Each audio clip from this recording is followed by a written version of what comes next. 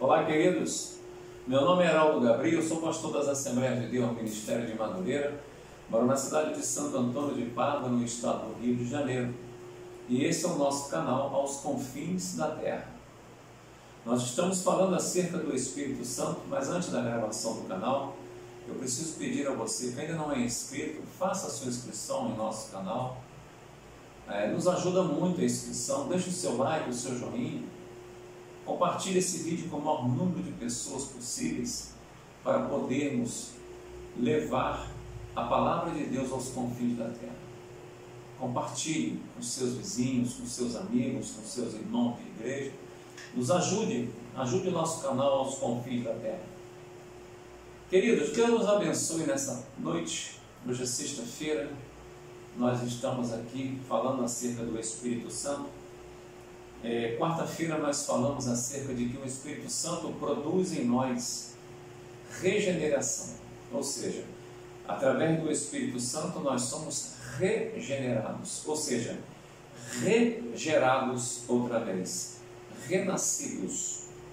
E após o ato da regeneração em cada um de nós, o Espírito Santo começa a produzir em nós, após a regeneração, a santificação. A santificação, ela é um assunto muito vasto, muito amplo, não dá tempo de nós tratarmos nesse vídeo. Mas podemos garantir o seguinte: o sangue de Jesus e a palavra do nosso Deus são meios fundamentais de santificação. O sangue de Jesus nos purifica de todo pecado.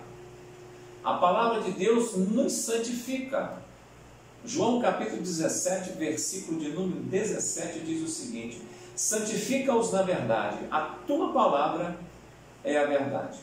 Então nós vamos tratar apenas do Espírito Santo como agente divino que realiza a santificação. É o que nós vamos falar, comentar hoje em alguns textos aqui. Esse assunto deve merecer a sua melhor atenção possível, porque a santificação ela é fundamental para nós irmos morar no céu de glória. O significado de santificação: essencialmente, santificação significa um ato de Deus separando alguma coisa ou pessoa para um serviço sagrado. No tempo do Antigo Testamento, os filhos de Arão e, de fato, toda a tribo de Levi eram separados para o ministério sacerdotal. Certos vasos também, utensílios, eram também santificados, ou seja, separados para uso exclusivo dentro do tabernáculo ou no próprio templo. Já no Novo Testamento, santificação significa a separação do pecado por parte do homem e a dedicação da vida desse homem, da sua própria vida, à vontade de Deus para o seu próprio uso, para o uso do Senhor. Então, santificação, propriamente dito, é isso. Muito frequentemente, esse trabalho do Espírito Santo é considerado apenas no sentido negativo, ou seja, o ato de separar-se o homem do pecado. Mas observamos que o lado positivo desta vontade de Deus é tão justo e importante quanto o outro lado, ou ainda melhor. Nós haveremos de convir que ser apenas separado do pecado não é o essencial. Assim, a obra do Espírito Santo estaria incompleta em nossas vidas. A pessoa precisa ser separada para Deus e para o propósito desse Deus. A santificação, queridos, é algo importantíssimo na vida do homem e da mulher de Deus. Sem a santificação, ninguém verá o Senhor. A santificação, ela é algo que atrapalha os planos de Satanás para a vida do ser humano. Mas existem alguns obstáculos que podem se opor ao plano de santificação do ser humano. Ainda que o crente, que o homem e a mulher de Deus tenha sido feito participante da natureza divina, a velha natureza, o seu eu, ainda estará presente em sua vida, tentando firmar-se e obter o controle de nossa vontade e de nossas ações. O que o pastor Heraldo está querendo dizer com isso? Que mesmo que você receba Jesus como seu único e suficiente Senhor e Salvador, o pecado, ele não vai ser extirpado da sua vida por completo. Ele vai continuar na sua vida. Ou seja, o domínio do pecado ainda vai ser muito forte na vida do homem e da mulher que recebe a Jesus. E o processo de santificação faz com que esse homem e essa mulher, após ser regenerado por Jesus através do Espírito Santo, esse homem e essa mulher, ao começar a buscar a sua santificação com o auxílio do Espírito Santo, esse homem começa a encostar as coisas da carne, os desejos da carne, os desejos mundanos, em um canto. É como se encostasse o inimigo no muro, contra a parede. Tá? E nós não podemos esquecer que a nossa natureza carnal, ela sempre vai estar em nós. Tá? Obter o controle da nossa vontade e das nossas ações não é fácil. Por quê? Porque a própria Bíblia fala que em pecado nós somos gerados, nós somos concebidos em pecado. A minha mãe me gerou em pecado, eu nasci em pecado, eu cresci em pecado. E só agora eu conheço a novidade de salvação. Então, a natureza carnal, para ela ser reprimida, precisa haver uma força muito grande de quem quer fazer isso com a natureza carnal. Reprimir a natureza carnal não é simplesmente dominá-la, tá?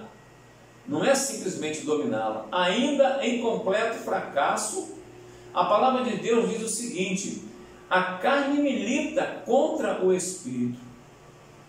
Não adianta eu só determinar que quero mortificar a carne. É claro que a minha força de vontade vai ajudar e muito, mas é preciso que eu tenha essa amizade com o Espírito Santo. É preciso que o Espírito Santo tenha acesso total ao meu corpo, para que ele possa fazer com que o domínio da carne seja uma realidade.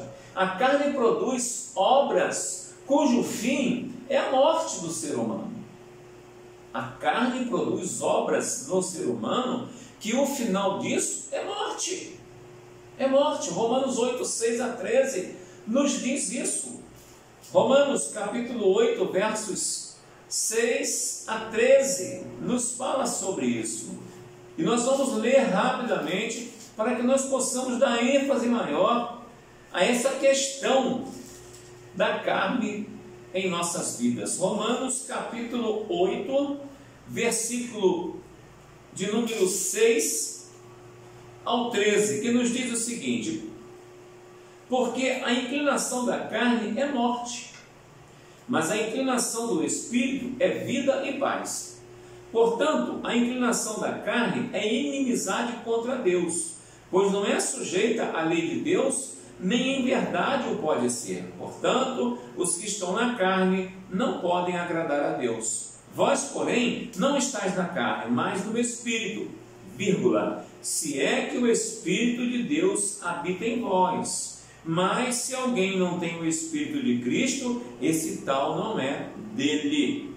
E se Cristo está em vós, o corpo, na verdade, está morto por causa do pecado, mas o Espírito vive por causa da justiça. Se o Espírito daquele que dos mortos testificou a Jesus habita em vós, aquele que dos mortos ressuscitou a Jesus também vivificará o vosso corpo mortal pelo seu Espírito que em vós habita. De maneira que, irmãos, somos devedores, não à carne, para viver segundo a carne. E o 13, porque se viverdes segundo a carne, morrereis, mas se pelo Espírito modificardes as obras do corpo, viverei. O que a carne faz? A carne faz com que a gente desagrade a Deus. A carne faz com que o homem natural viva em contraste com a palavra de Deus. Eu posso te dar um exemplo.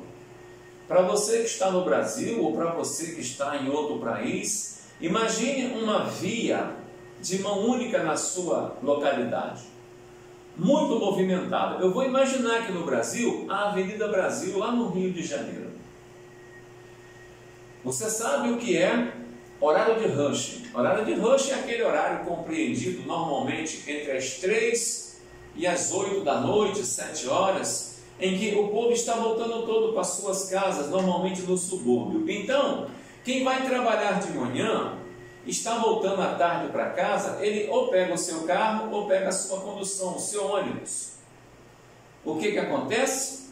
Ele, na Avenida Brasil, ele pega a pista de subida que vai do centro dali da rodoviária, mais ou menos, do Rio de Janeiro, na rodoviária Novo Rio, ele vai até Santa Cruz pela Avenida Brasil.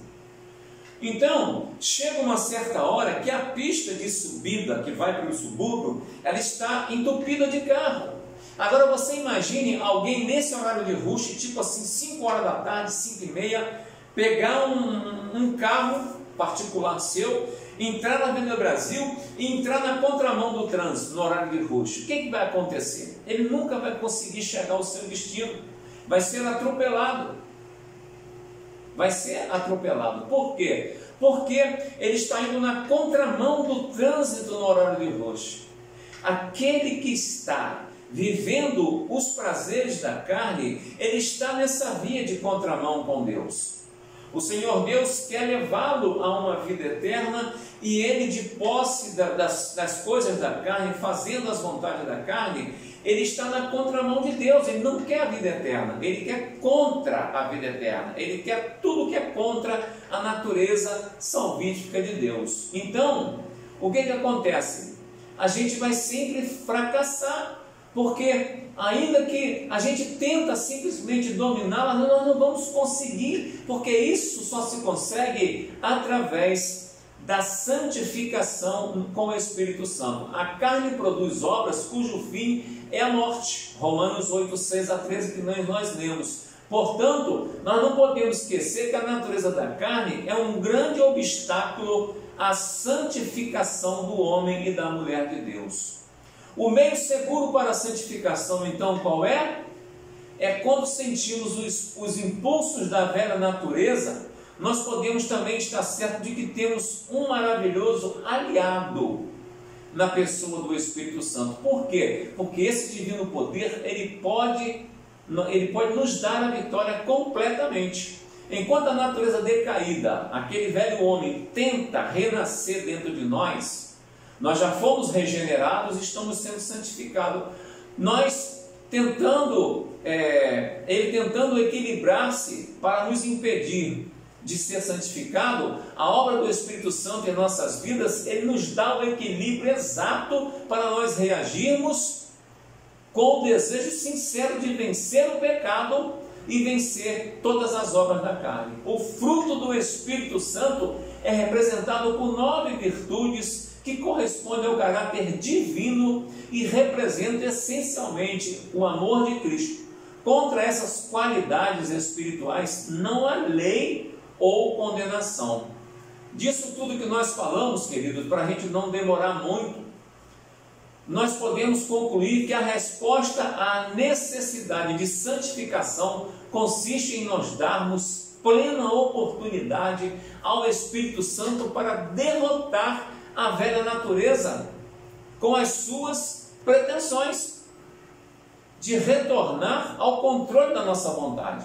Precisamos permitir que o Espírito Santo desenvolva em nós a imagem de Cristo, que é perfeitamente santo. Certo de que o Espírito Santo tem uma natureza santa, como indica o seu nome, facilmente nós vamos concluir que estamos permanecendo cheios do Espírito Santo. Efésios 5,18. Este é o meio mais seguro para obtermos a santificação, que tem caráter instantâneo e também progressivo. É claro que você não torna 100% santo na mesma hora, mas quando você busca o auxílio do Espírito Santo, se permite ser santificado por ele, essa santificação ela vem instantaneamente. O seu modo de pensar muda em contraste ao modo do mundo. E aí a santificação ela vem acontecendo na sua vida gradativamente. Nós temos um exemplo de um homem que ele se tornou tão santo na palavra, que chegou um momento que Deus não permitiu que ele ficasse na terra, Deus o tomou para si. E Deus não o matou não, querido, simplesmente ele não existia, ele existia e de repente não existia mais. Deus o toma para si porque ele alcançou um grau de santificação tal. Eu não estou dizendo que nós temos que ser um menor aqui na vida, mas estou dizendo que nós precisamos seguir os exemplos bons da Bíblia.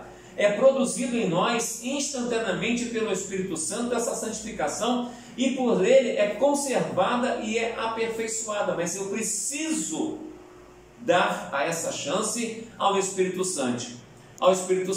Segundo aos Coríntios, nos fala mais ou menos sobre isso no capítulo 7, versículo 1. Durante os anos da nossa peregrinação nesta vida, precisamos deixar que o Espírito Santo faça essa obra de santificação em nós. Por quê? Porque o Espírito Santo, ele torna real as provisões de Cristo em nossas vidas. Nós lemos lá em Jó que o Espírito de Deus fez Jó com o sopro do Todo-Poderoso, deu vida a ele. Jó falando sobre isso. Esse texto apresenta o Espírito Santo de Deus como poder criador e sustentador na vida do homem. E assim, através do mesmo Espírito, nossos corpos mortais poderão ser vivificados e curados. Todas as provisões de Cristo para a vida do ser humano nessa terra se tornam reais quando o Espírito Santo consegue santificar o homem. Queridos, não esqueçam que eu falo sempre no final do vídeo. Estamos na dispensação da graça, cujo agente de santificação, de regeneração é o Espírito Santo. E entre isso tudo, o Espírito Santo nos convence do pecado, da justiça e do juízo. Eu creio nessa palavra. E você, pode crer?